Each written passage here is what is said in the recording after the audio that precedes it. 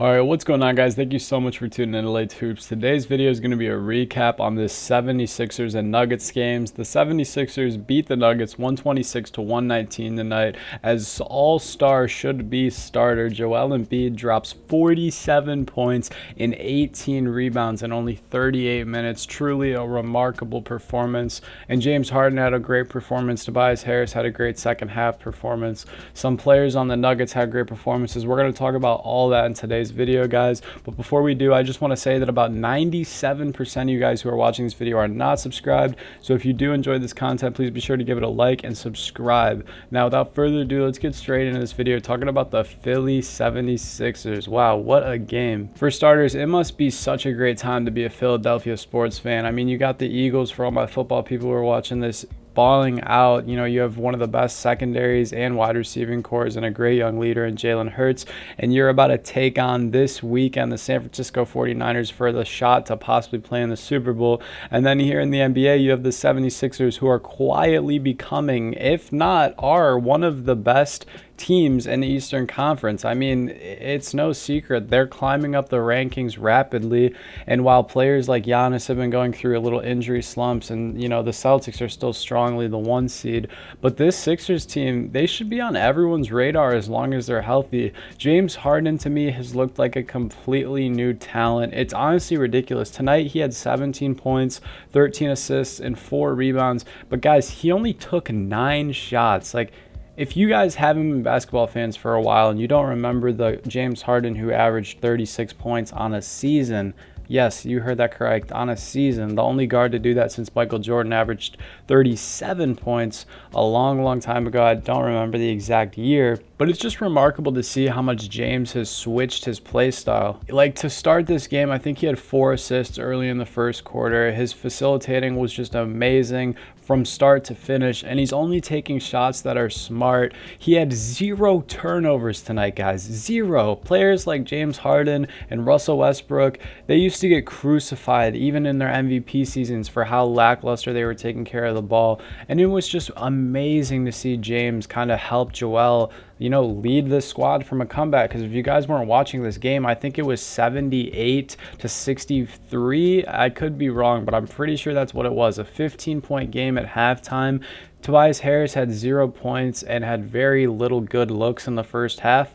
And then he has 14 points and one of the biggest steals of the night on Nikola Jokic down the stretch in the fourth quarter when there was 2.5 minutes left. And speaking of big plays, PJ Tucker quite possibly had the biggest play of the night. It was 117 to 120 with 1 minute left, and he got an offensive rebound tip-in to put the Nuggets down 122 to 117. And then Embiid, the next possession, hits a step back 3 and gets him to 47 points, and honestly just sucked the soul out of Denver. No sus.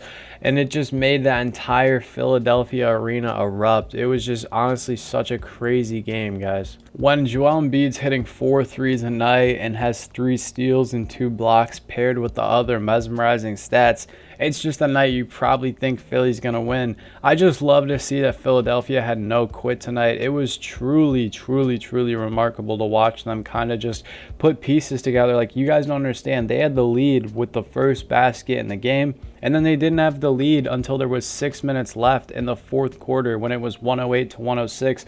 So 106 points were scored, and they didn't have the lead one time during that entire rally. But they did not waver. They continue to push and prove why they are a championship contending team, a championship contending roster. If you're a Philadelphia fan, a win like tonight's got to feel absolutely amazing. Honestly, it looked like the Nuggets were just going to mop you guys up and down the floor. I was thinking, damn, I might not even be able to make a recap on this because the game is so out of hand. Like, to start this game, Jokic and the rest of the Nuggets just looked like a well-oiled machine. But in the second half and more towards the fourth quarter, it got sloppy, and that's when we're going to start talking about the Nuggets here. We'll get the positives out of the way first, and then we'll talk about the negatives, because I really don't I don't like talking negatively about a team that's as good as the Nuggets. And I swear that's not biased, but for the positives, it's good to see Michael Porter Jr. back after missing 3 games. He had 3 threes in the first quarter, and he finished with 5 threes on the night. Bruce Brown, got to give him my props, got to give him a shout out. This dude just got picked up from the Nets last year. And truthfully, I've talked about him in a couple of my Nuggets videos, but guys, I really can't give this guy enough credit. He looks like he's been playing with this team for a long time. And not even in a way where he's stuffing the stat sheet with remarkable numbers or anything like that. But guys, he just really is always in the right spot and always hustling. And I heard one of the announcers on the call today say, if you're playing with Nikola Jokic, all you have to do is move off the ball and the ball will find you. And I haven't heard something more true than that in a long time. Jokic is just so much smarter than your average star or even superstar big men. This game, it was expected to be an Embiid versus Jokic brawl or showdown, but in the beginning of this game, Jokic was out facilitating him. He was drawing more attention than him. He was patient down low.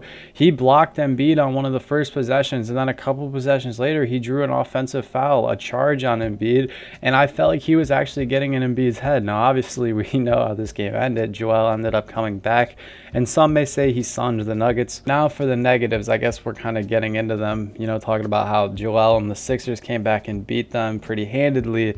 The Nuggets left a lot on the rim tonight, and I mean a lot. They missed a ton of open looks down the stretch especially, and they weren't even capitalizing on the misses that Joel had. Joel shot, I think it was 18 for 31 tonight from the field, and a lot of those misses came within the last 10 minutes of the game. Like, they were mid-range jump shots that he just couldn't get to fall, and that's fine. I mean, obviously he ended with 47, almost a 50 piece, but when Joel is looking unstoppable like that, those possessions that Joel's missing a mid-range or a floater, or he's just getting to the rim and getting fouled and there's a no call, those are chance points that you literally need to score on. Because if he can miss, and then you guys go down the court and don't score, and he can come back down and get another shot at the same exact look, it just is not a game that you're going to win.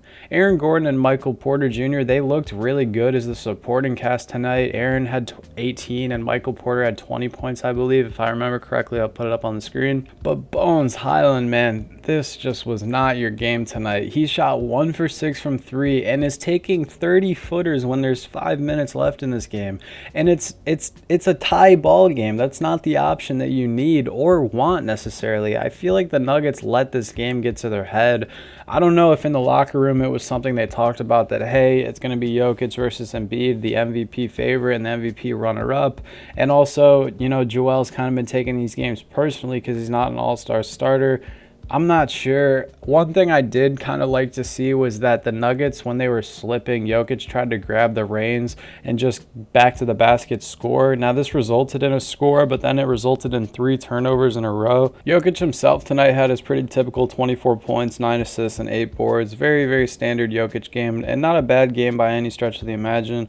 Those 3 turnovers are pretty big, I'm not going to lie to you. But if you're a Nuggets fan or a Nikola Jokic fan, I would not let this game get to your head. At the end of the day, you're still the 1 seed in the Western Conference, and it is just a regular season game. Obviously, it's going to be one that's really talked about in the media for the next couple of days.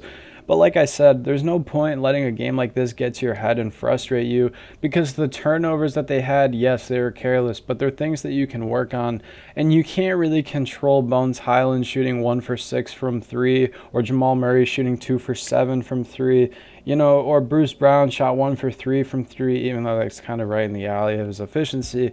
These are just things that going forward you have to be better. I feel like I don't want to pin anyone for this loss on the Denver Nuggets, but Jamal Murray, man, you have to take care of the ball better. I probably saw him throw like 3 to 5 behind the back passes this game alone, and only like 2 of them were catchable. Like, the players are moving enough that they can, stop it and then kind of regroup. But those seconds, like, we're talking about the highest level of basketball, guys, those seconds it takes to reposition your pivot and put a body up and kind of, reread the floor, those are seconds that are wasted when, if it's hitting someone right in their pocket, right when they're able to just catch it and swing it, or catch it and drive and rip through, those are moments and seconds wasted. And in a game like this where you're getting outscored by 12 points in the third quarter and then 10 points in the fourth quarter, you can't really afford to waste seconds like that, or possessions like that for that matter.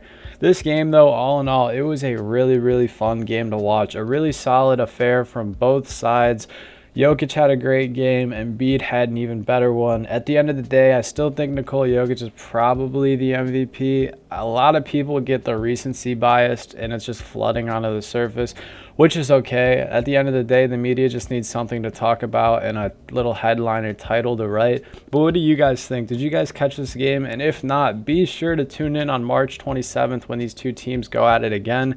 They only played twice this year, and these are big men matchups that are going to live on for ages. If you guys enjoyed this video, please be sure to leave it a like. As always, I appreciate it if you made it this far. I hope you guys have a great rest of your day. Stay happy, healthy, and blessed. Peace.